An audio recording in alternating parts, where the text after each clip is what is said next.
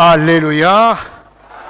Nous sommes dans une grande joie, nous sommes reconnaissants au Seigneur de ce qu'il nous a fait entrer dans ce nouveau mois avec lequel nous commençons le deuxième trimestre de l'année. Pendant 3 mois, le Seigneur a veillé sur toi, il a veillé sur moi. Pendant 3 mois, le Seigneur nous a gardés protégés. Voici que nous sommes au premier dimanche du 4e mois de l'année. À lui soit toute la gloire, à lui soit la magnificence à jamais. Amen. Nous sommes dans l'année où le Seigneur nous a conduits à parler de la prospérité. Et tu prospéreras à tous égards. Tel est le thème annuel. Le Seigneur veut qu'en cette année, nous soyons instruits et que nous expérimentions également cette prospérité dont il parle dans les Écritures. En ce deuxième trimestre, nous avons la joie d'avoir le thème, le sous-thème ici indiqué, le thème du mois, la loi de la moisson et de la semaille. Loi de la moisson et de la semaille. Nous sommes heureux de laisser le Saint-Esprit nous parler sur ce sujet pendant tout ce trimestre. Nous voulons vivre également la réalité de cette loi. Dis au voisin la loi de la semaille et de la moisson. Voilà, c'est une loi. Je vais vous demander, bien-aimés, on va lire 3 passages qui sont d'ailleurs indiqués là. Le premier est dans le livre des Agé. Alors, pour ceux qui ont la Bible, commencez par Malachie. Vous connaissez Malachie, et puis ça sera Zacharie, et puis ça sera Agé. Pour ne pas vous compliquer la vie, commencez par la fin de l'Ancien Testament. Malachie, Zacharie, Agé. Nous lirons dans l'Ancien Testament un passage et 2 autres passages dans le Nouveau Testament. Agé, chapitre 1, verset 8. Si vous le voulez bien, vous vous mettrez debout, mes amis, et nous lirons la parole du Seigneur. Montez sur la montagne, apportez du bois et bâtissez la maison. J'en aurai de la joie et je serai glorifié. Le deuxième passage est dans la 2e épître de Paul aux Corinthiens. Chapitre 9, versets 6 à 11. 2 Corinthiens 9, 6 à 11. Sachez-le, celui qui sème peu, moissonnera peu.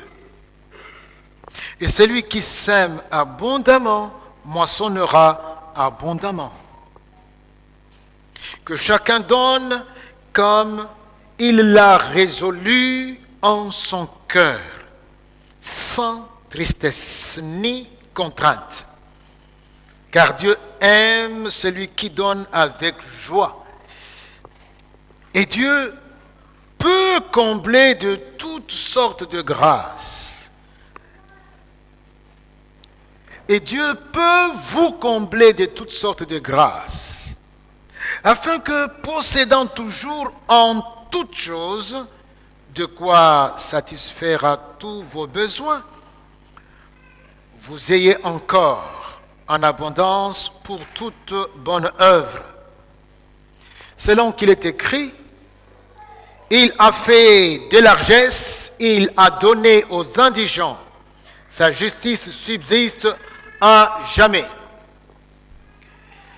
C'est lui qui fournit de la sémence au semeur et du pain pour sa nourriture, vous fournira et vous multipliera la semence et il augmentera le fruit de votre justice. Vous serez de la sorte enrichis à tous égards pour une espèce de libéralité qui, par notre moyen, feront offrir à Dieu des actions de grâce. Finissons avec le dernier passage dans 1 Corinthiens 8, 1 à 3. 2 Corinthiens 8, 1 à 3. 2 Corinthiens 8, 1 à 3. C'est juste à côté. Nous vous faisons connaître, frères, la grâce de Dieu qui s'est manifestée dans l'Église de la Macédoine. Au milieu de beaucoup de tribulations qui les ont éprouvées, leur joie débordante et leur pauvreté profonde ont produit avec abondance de riches libéralités de leur part. Ils ont, je l'atteste, donné volontairement selon leurs moyens et même au-delà de leurs moyens. Amen. Mes chers frères, mettons-nous.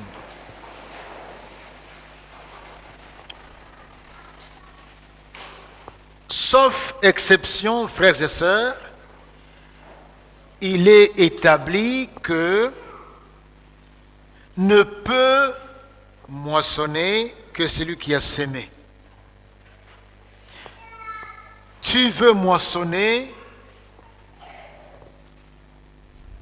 alors sème. Sauf exception, on ne peut moissonner que quand on a sémé. La moisson est une belle période. Tout le monde aime la moisson. À la moisson, on se réjouit. Tout le monde est content quand on moissonne. Même celui qui a désisté quand tu lui as demandé de t'accompagner pour aller s'aimer, il va lui-même se présenter sans que tu l'appelles pour t'accompagner à la moisson. On aime bien moissonner. Mes frères et sœurs, la semaille se trouvera d'un coup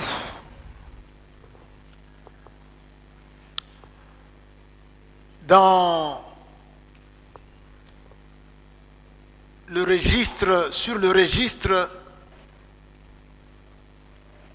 que beaucoup n'aiment pas.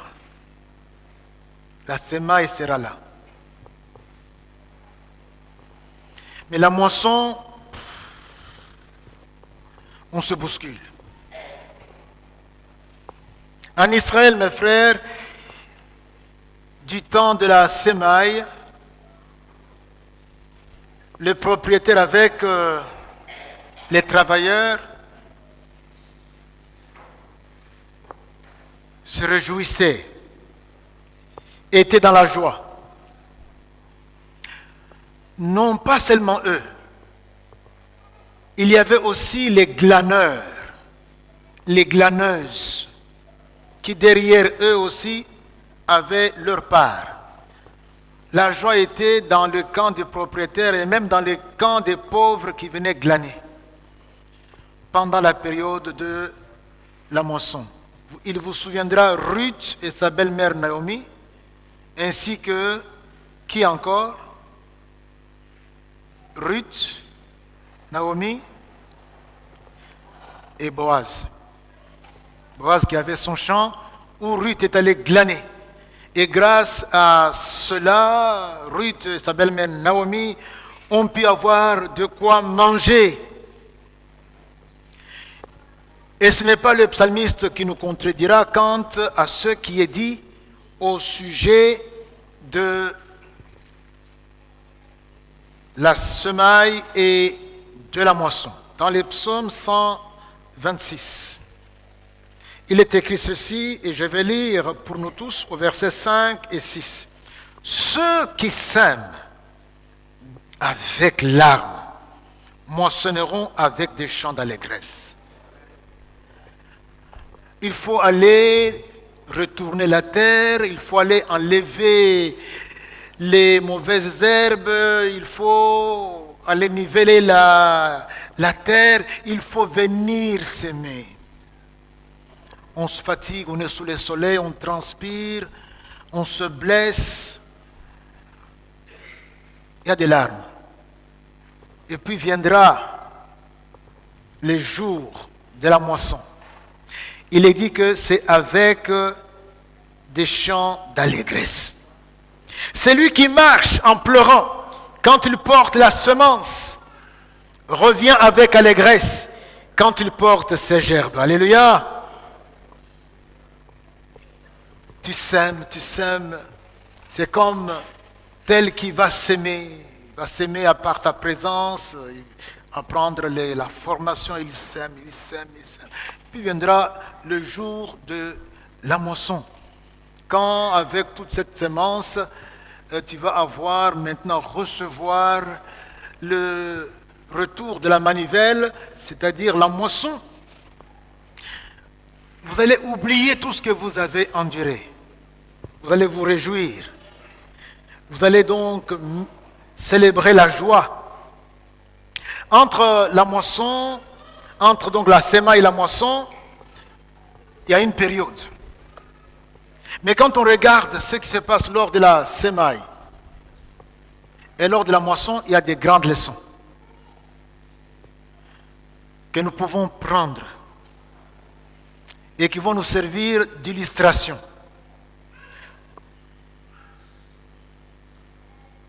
Premièrement, la sémence, ce sont les meilleures graines dont on se prive. On se prive. Et les graines de la semence, une fois enfouies dans la terre, meurent.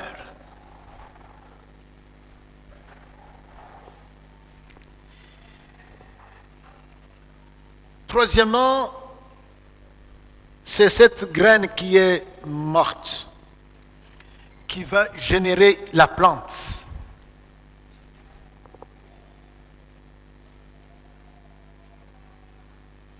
Ça peut être l'épi de blé, ça peut être le maïs, ça peut être le sorgho, pour ne parler que des céréales. Quatrièmement, vous avez maintenant, pour une graine plantée, vous avez un maïs qui a plusieurs graines. Une seule graine. Une graine de blé, même chose.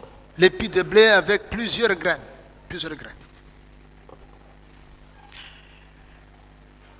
Mais entre la graine qui est sémée et qui est morte et la plante qui a germé, il y a quelque chose. Est-ce que quelqu'un comprend? Dieu est passé par là. Dieu est passé par là. La graine est morte et de la mort de la graine, on a une plante. Prenez par exemple le noix d'un manguier, la graine d'un oranger, d'une orange, la noix d'une mangue. Tu plantes la noix d'une mangue et après, la noix meurt. Qu'est-ce que vous avez après? Vous avez un manguier. Un manguier qui va produire plusieurs mangues. Pas une seule mangue. Vous avez mangé la mangue, il ne reste que la noix. Et vous avez planté la noix et qu'est-ce que vous avez? Un manguier. Et le manguier va donner plusieurs mangues. Pas une seule fois. Il y a des manguiers que nous, là, nous avons trouvé sur la terre qui continue à exister et qui continue à produire des mangues pour une seule noix plantée. Mais entre la noix qui est morte et le manguier qui a poussé, Dieu est passé par là. Dieu est passé par là. Lorsque vous s'aimez,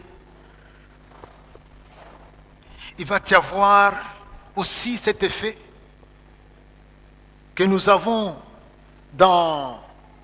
évoqué dans 1 Corinthiens 15, 36 à 38. L'apôtre Paul nous en parle en ces termes. Il dit: insensé, ce que tu sèmes ne reprend point vie s'il ne meurt. Et ce que tu sèmes, ce n'est pas le corps qui naîtra. C'est un simple grain de blé, peut-être, ou de quelque autre semence, mais Dieu, répétez après moi, mais Dieu intervient. Mais Dieu lui donne un corps comme il lui plaît.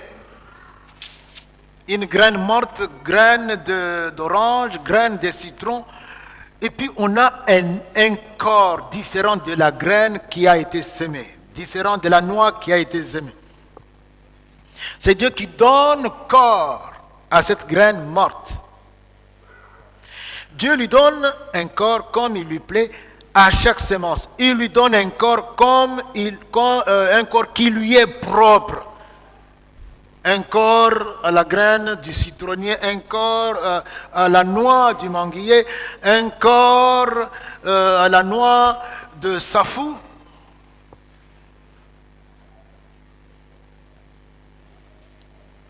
Dieu passe par là.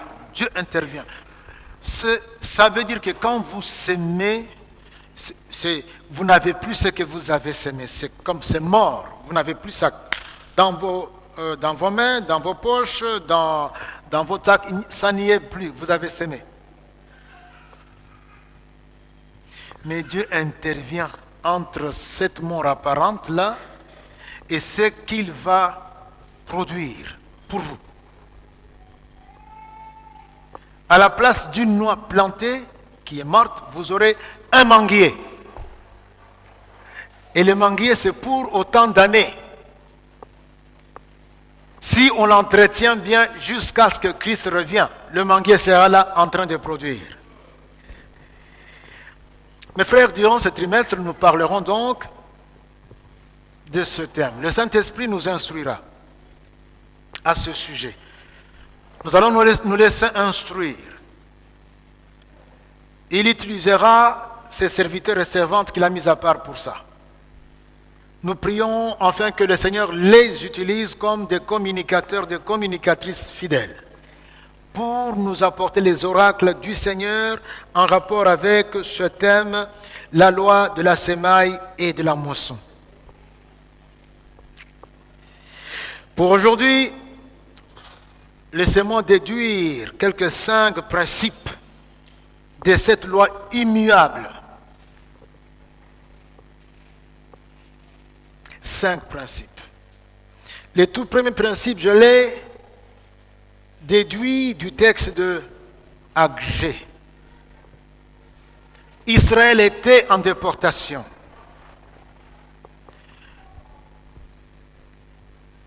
Le pays était mis en sac. Tout était en désolation. Lorsque vous revenez de la déportation, qu'est-ce que vous faites? Les gens sont pressés à faire quoi? Construire leur maison, assurer la vie de la famille, faire le champ, faire les affaires. En tout cas, s'assurer quand même la vie. Est-ce logique ou ce n'est pas logique? C'est logique. Mais je voudrais que nous fassions attention. Nous devons rechercher non pas notre logique, mais la logique de Dieu. Parce que celui qui fait qu'aujourd'hui, moi et toi, nous soyons en vie, c'est Dieu.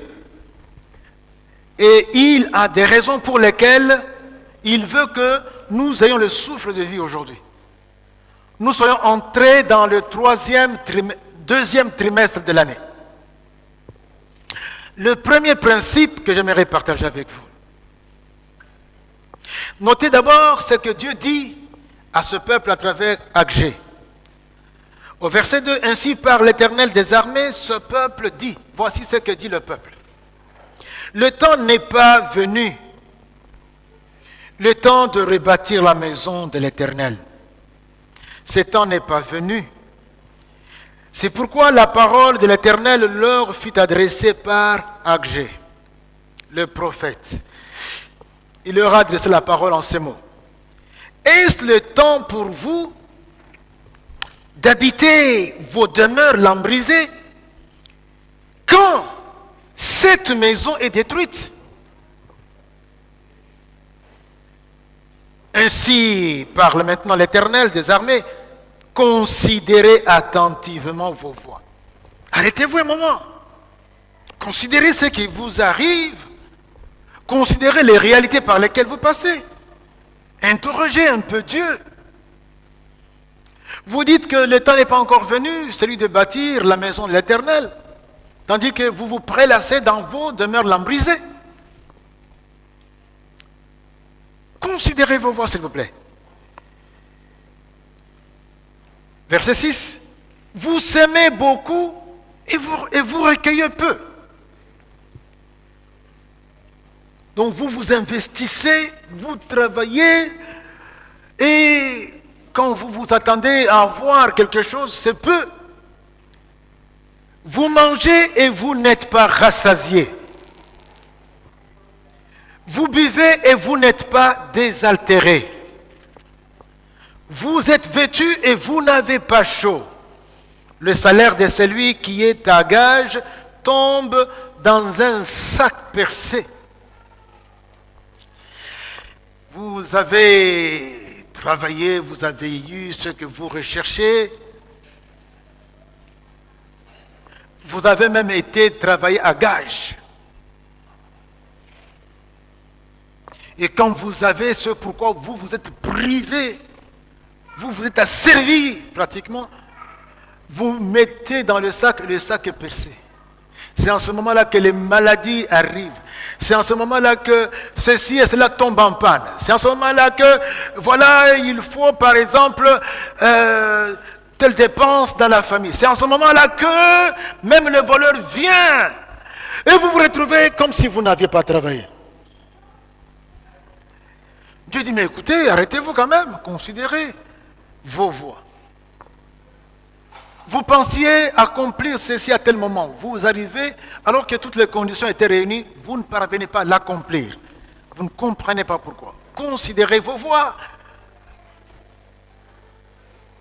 Ainsi parle l'Éternel des armées. Considérez attentivement vos voies. Arrêtez-vous et reconnaissez que je suis Dieu. Arrêtez-vous devant moi. Entrez en dialogue avec moi, posez-moi des questions là-dessus. Montez sur la montagne, apportez du bois et bâtissez la maison. J'en aurai la joie. J'en aurai de la joie et je serai glorifié. Voilà ce que Dieu dit. Moi je vais vous voir monter sur la montagne. Je vais vous voir aller chercher du bois. Je vais vous voir revenir avec ce bois pour bâtir la maison. Bâtir les temples. Tandis que vous vous précipitez, vous vous agitez pour vos propres occupations. Moi, je vous attends sur un autre terrain. Mes priorités sont ailleurs. Je vous pose la question, assemblée. Entre mes priorités et les priorités de Dieu, quelles sont les priorités qui sont plus prioritaires? Celles de Dieu. C'est ce que Dieu veut nous faire comprendre. Voici où j'ai focalisé mon regard. Je ne vois que ça. Il y a moult choses par ici et par là. Mais moi, je ne vise que ça. Arrangez-vous pour que que ma priorité devienne vos priorités. Arrangez-vous. Parce que ça sera en fonction de ma priorité que je vais vous évaluer. Quelqu'un a compris quelque chose? Quelqu'un a compris quelque chose? Montez sur la montagne de Dieu, apportez du bois et bâtissez la maison, j'en aurai de la joie et je serai glorifié. Vous comptiez sur beaucoup et voici, vous avez peu. Vous l'avez rentré chez vous, mais j'ai soufflé dessus. Pourquoi? Dit l'Éternel des armées. À cause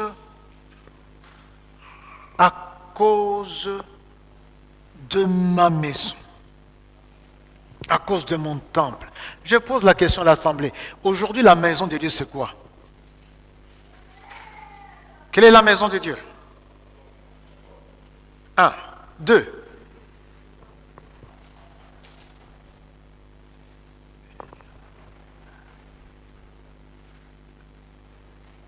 Dieu habite notre corps. Et puis,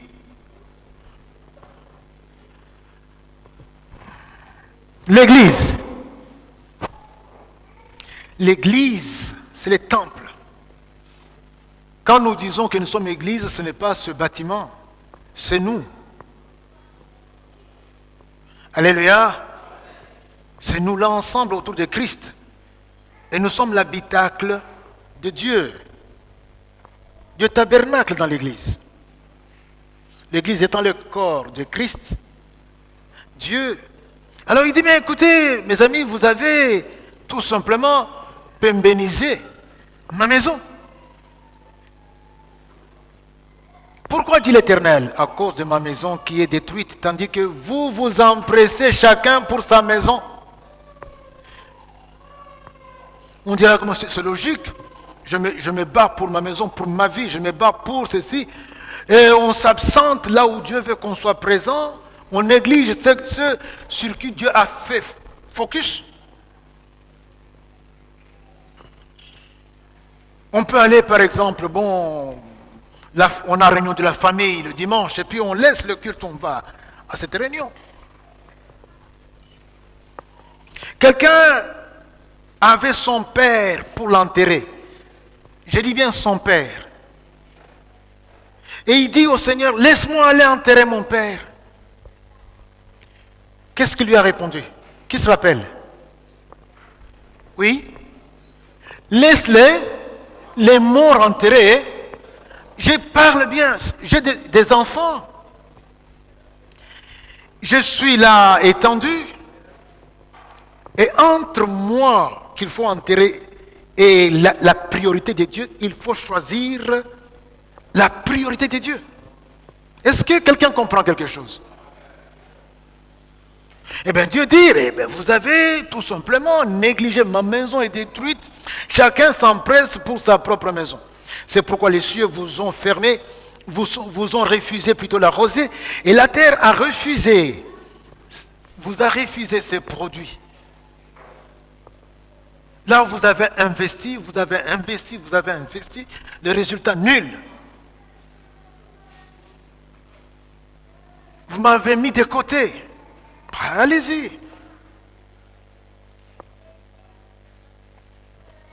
Vous aurez cela, mais ça ne va pas en tout cas suffire. Vous déposez et puis demain vous trouvez, j'ai soufflé dessus. Moi-même Dieu, c'est lui qui parle.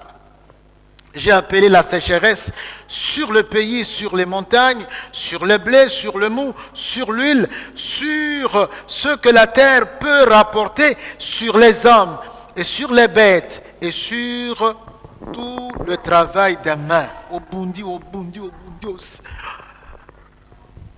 Mais vous avez tout respecté, toutes les règles, tout et tout.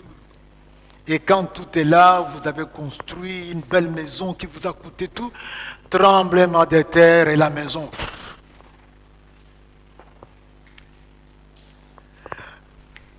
La menace érosive, l'érosion partait là, tout d'un coup, l'érosion change de direction, il vient vers ma maison. Et pendant ce temps, l'État ne fait rien pour arrêter. Il vient et puis emporte la maison pour laquelle je me suis investi. J'ai tout donné. il ne me reste plus rien. Tout ce que j'avais investi, la guerre vient et rase tout ce que j'avais investi, tout ce pourquoi je m'étais préparé, la société tombe en faillite, tout. Les enfants de 1900 peuvent se rappeler cette expression, la démonétisation. Quelqu'un se rappelle? Les enfants de 1900, vous vous rappelez? Quelqu'un peut dire de quoi il a dû s'agir? Ancien Kaboulou. Qu'est-ce qu'il y avait? Démonétisation. En fait, l'ancienne monnaie des Zaïre qu'on avait n'avait plus de valeur. Même si vous avez des milliards, on vous informe que ces milliards-là, donc vous avez accumulé, tu as mis dans les matelas, et quand tu dors là, tu as la paix. Et le lendemain, on t'informe que ça ne vaut plus rien. La démonétisation. Toi, tu avais quel âge quand cela a eu lieu? Mes frères, le Seigneur nous parle à travers des choses pareilles. C'est là qu'on tire le premier principe. Le voici. Pour s'attendre à une bonne moisson, à une moisson costaude, à une moisson stable, à une moisson qui fait le bonheur. Privilégions la priorité de Dieu. Privilégions la priorité de Dieu. Informons-nous quelle est la priorité de Dieu. Je peux poser la question à 1, 2, 3. Dans cette église, tu es là. Tu sers Dieu dans quel secteur? Dans quelle commission? Je risque d'avoir des réponses du genre, non, je ne viens que le dimanche. Oui, c'est cela donc négliger ce qui est principal. C'est que Dieu regarde. Dans cette église, quelle est ta part? Tu t'engages comment tu fais pour que l'église vive? Quelqu'un peut avoir une réponse du genre, non, en tout cas, je n'y pense même pas.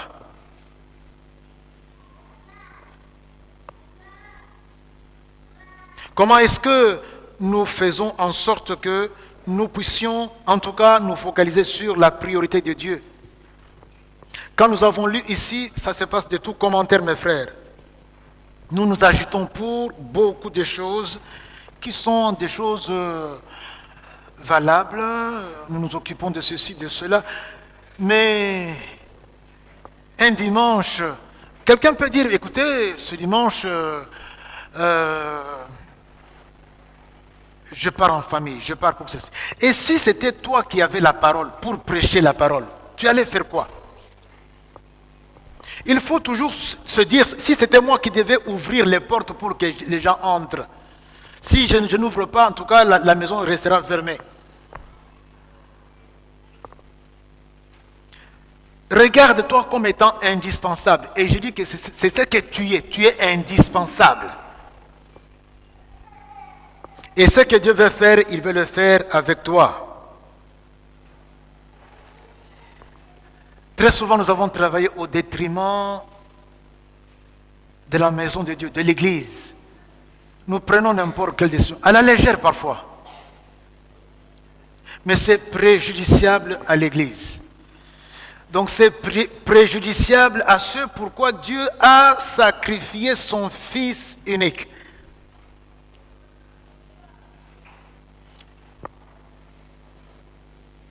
Nous aurons plusieurs raisons à présenter. J'étais ici, j'étais là, je faisais ceci, je faisais cela. Très bien. Mais vous l'avez fait au détriment de ma priorité, la priorité des priorités. Alors, arrangeons-nous pour que nous apportons notre semence, notre semaille, dans ce qui est prioritaire pour Dieu. Quelqu'un a compris?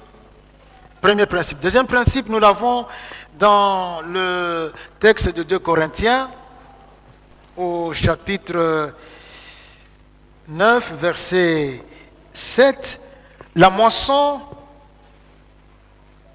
Verset 6 plutôt. La moisson est proportionnelle à la quantité de la semence. Il est écrit dans ce passage, celui qui sème peu moissonnera peu. Celui qui sème abondamment moissonnera. Mes frères, mes sœurs, toi tu as un gobelet avec les graines de sorgho. Moi, j'ai tout un conteneur de graines de sorgho. Nous allons chacun sur son champ. Un gobelet, un conteneur. À la moisson, si tout marche normalement, qui aura plus à moissonner? Celui qui avait un gobelet de semences, de graines, ou celui qui avait tout un conteneur? Donc tu as semé peu, tu auras aussi peu à la moisson. Tu as semé beaucoup, tu vas avoir aussi beaucoup.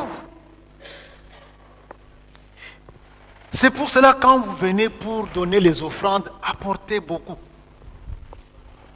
C'est la semence. Entre ce que vous avez donné et la moisson, puisque le temps de la moisson va aussi venir, Dieu va intervenir. Parfois vous donnez et vous vous retrouvez sans rien. Vous l'avez fait avec votre cœur. Sachez bien que celui pour qui vous avez donné est la source intarissable de tous les biens matériels et spirituels.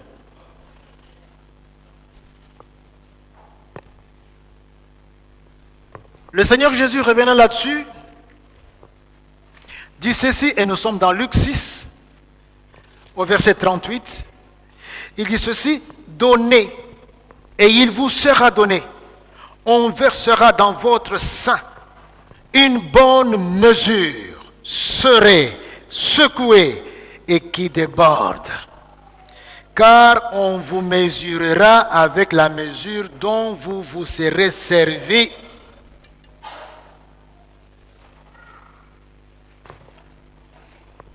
Pour donner, vous prenez une telle mesure et vous donnez. Eh bien, on va vous mesurer avec une mesure pareille. Mais si vous prenez, pour donner, donc pour s'aimer, vous prenez sans regarder, eh bien, aussi, quand le moment où il faut moissonner va venir, vous aurez aussi, comme on dit, Dieu donne sans regarder. Après ça, adalate. Alléluia. C'est une loi, ça reste comme ça, c'est un principe. Donnons beaucoup. Donnons toujours quelque chose qui soit significatif, qui nous coûte. Lorsque dans le champ d'Aravna, David s'est vu offrir gratuitement ce champ pour qu'il fasse le sacrifice, il a dit, niet, je n'offrirai pas à Dieu quelque chose qui ne me coûte pas. Mon frère, ma soeur, ce que tu donnes, ton offrande, doit te coûter. Tu dois sentir que ça te secoue.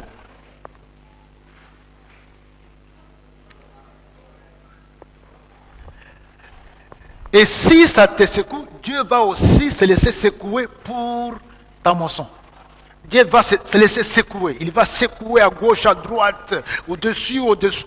Il va secouer pour que même les richesses des princes te reviennent à toi.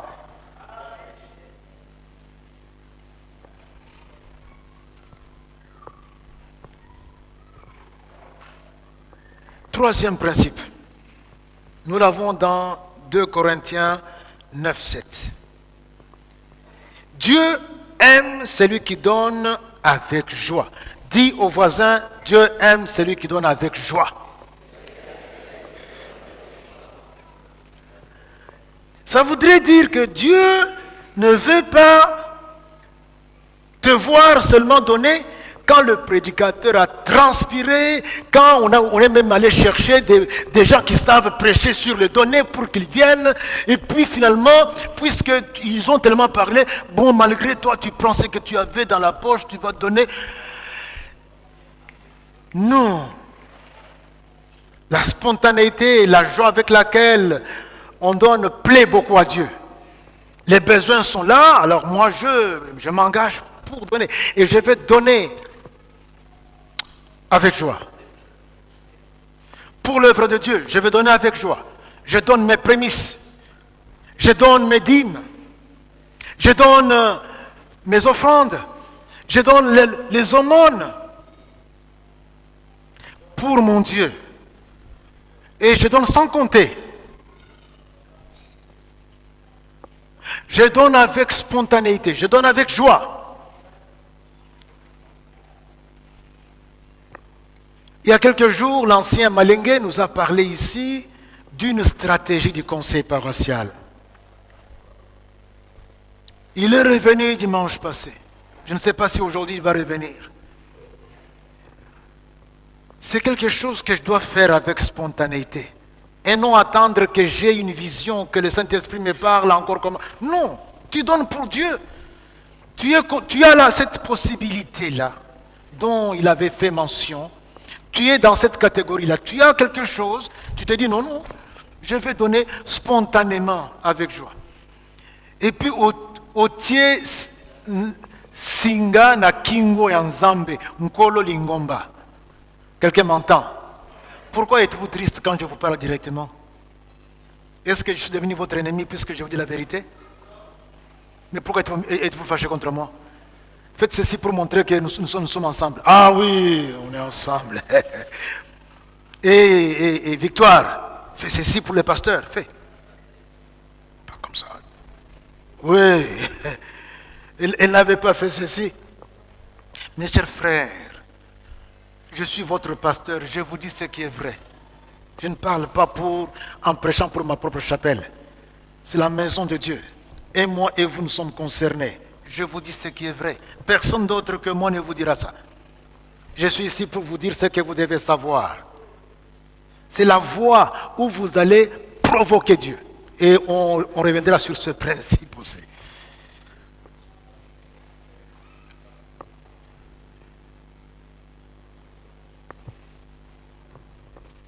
Le 2 Corinthiens 9, verset 7, que chacun donne comme il l'a résolu en son cœur, sans tristesse ni contrainte, car Dieu aime celui qui donne avec joie. Alléluia. C'est-à-dire, avant de quitter chez moi, j'ai déjà préparer l'offrande. Si j'ai la dîme, je la mets aussi à part. Si ce sont des prémices, je les mets aussi à part. Je viens avec cela préparer la maison, dans la joie. Je suis dans l'attente du moment où il faut offrir, enfin que j'aille donner ce que j'ai apporté avec joie pour mon Dieu. Alléluia. Quand maintenant l'on se met debout pour qu'on offre, je me lève avec joie. J'attendais ce moment, j'ai apporté quelque chose pour mon Dieu. Ce n'est pas quelque chose, quand le moment d'offrande arrive, tu es surpris et tu commences à mettre la main ici, la main par là, la main. Et là où tu trouves ce qu'on t'a rendu, quand tu as pris le taxi ou le bus, c'est ce que tu vas apporter. Ce n'est pas ça.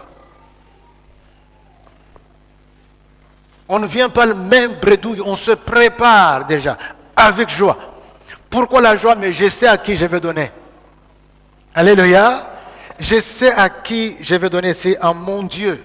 C'est lui qui a payé le prix le plus fort pour qu'aujourd'hui je sois non seulement racheté, mais que je sois devenu son enfant.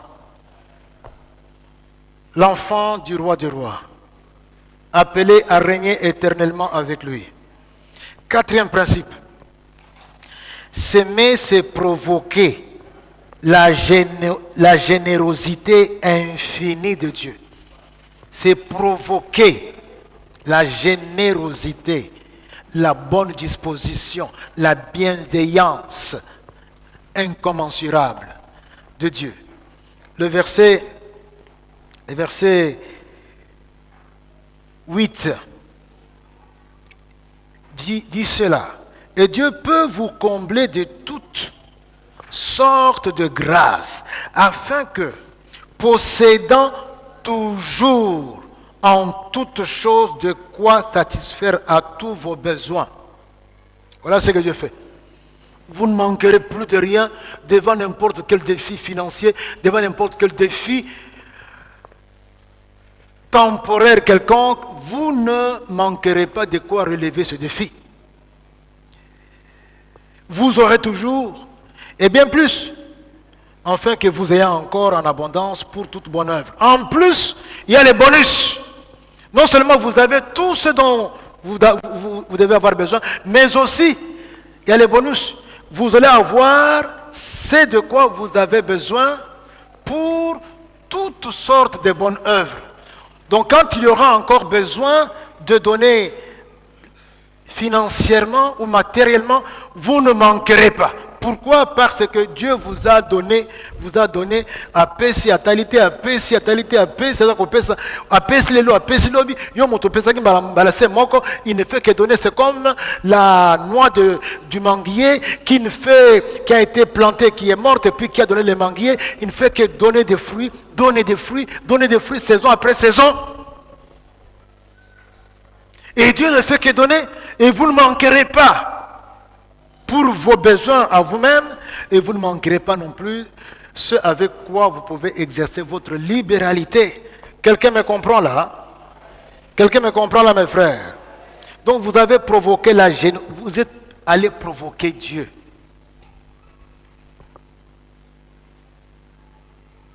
Dis au voisin, dis à la voisine, provoque Dieu. Dis à la voisine, provoque Dieu. Nous devons provoquer Dieu. Alléluia. Écodim, alléluia. Écodim, dites, nous devons provoquer Dieu. Encore plus fort, Écodim. Dites au même moment, non? Très bien. Nous devons provoquer Dieu. 5e principe. S'aimer. Nous devons s'aimer jusqu'à trouer le fond quand c'est nécessaire. C'est-à-dire, on arrive au fond et quand c'est nécessaire, trouver le fond.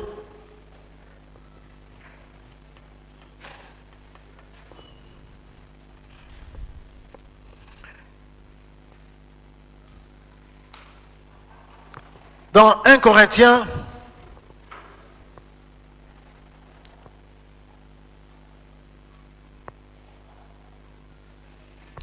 1 Corinthiens 8, dans 2 Corinthiens 8 plutôt, 1 à 3, nous vous faisons connaître, frères, la grâce de Dieu qui s'est manifestée dans les églises de la Macédoine. Qu'est-ce qui s'est passé là?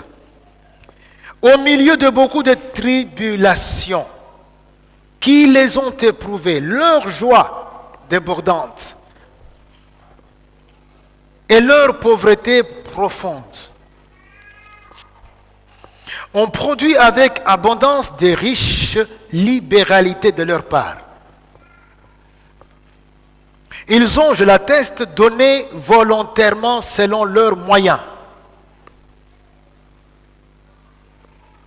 Et même au-delà de leurs moyens. Quelqu'un m'entend? Quelqu'un m'entend, mes frères?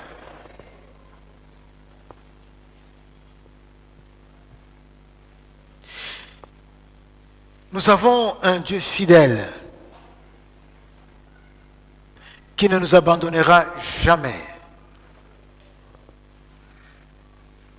Et lorsque nous donnons même au-delà, puisque nous voyons que si je ne donne pas, mais les besoins sont là, lorsque nous creusons le fond, je vous dis que Dieu voit. Alléluia. Dieu le voit. La Bible nous dit, vous serez de la sorte enrichis à tous égards. L'expression à tous égards ne vous rappelle rien? Ça vous rappelle quoi? 3 Jean 2. Bien-aimé, je souhaite que tu prospères à tous égards comme C'est ce qui est dit ici. Et vous serez de la sorte, je suis dans le verset 11 de 9, 2 Corinthiens 9, et vous serez de la sorte enrichis à tous égards. Mongo ekoti galate. Ezala santé, ezala mosala, ezala libala, ezala kobota, ezala kobokolo, ezala kotanga, ezala ba entreprise ya ndenge na ndenge, ezala misolo, ezala bozwa ya ndenge. Donc à tous ezala ba relation.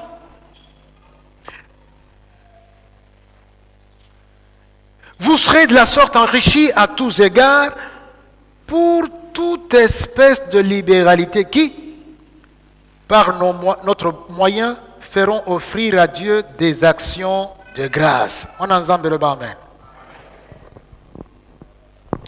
Nous sommes là juste à une semaine, parce que dimanche passé, c'était la résurrection. Avec tout ce que nous avons, que Christ nous a obtenu. Mais pour qu'il soit ainsi, il est ainsi, il a fallu que Christ meure. Et Christ est ressuscité. Pendant qu'il était à la croix, il nous a obtenu des faveurs et des faveurs, des faveurs. Il a combattu pour nous, il a vaincu l'ennemi pour nous, il a déchiré notre condamnation. Il est mort. Et le moissonneur est parti le moissonner. Il est parlé de Dieu le Père, mais jamais l'un n'agit sans l'autre, du Saint-Esprit.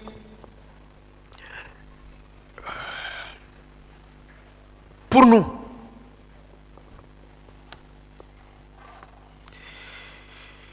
Mon frère, ma soeur, ce que tu as sémé, c'est vrai, est perdu, c'est mort. Mais ce n'est qu'apparemment. Tu as perdu, tu as donné. Ce n'est qu'apparemment. Nous marchons par la foi et non par la vue. Parce que ce qui est mort là, c'est ce qui va procurer la vie. Et pas n'importe quelle vie, la vie en abondance. Tu seras dans l'abondance. Tu seras dans l'abondance. Tu vas prospérer. Tu auras de quoi vivre. Tu auras de quoi donner aux autres. La prospérité temporairement, mais la prospérité aussi spirituellement.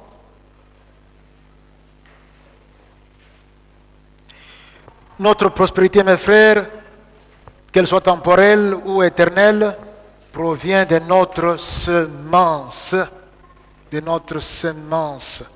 Le temps que tu investis pour Dieu, la force, l'intelligence, le savoir-faire, les moyens financiers, les moyens matériels, tout ce que tu sèmes pour Dieu, ça va t'apporter l'abondance, la prospérité, non seulement sur la terre, mais aussi dans l'éternité. Est-ce qu'on peut baisser sa tête?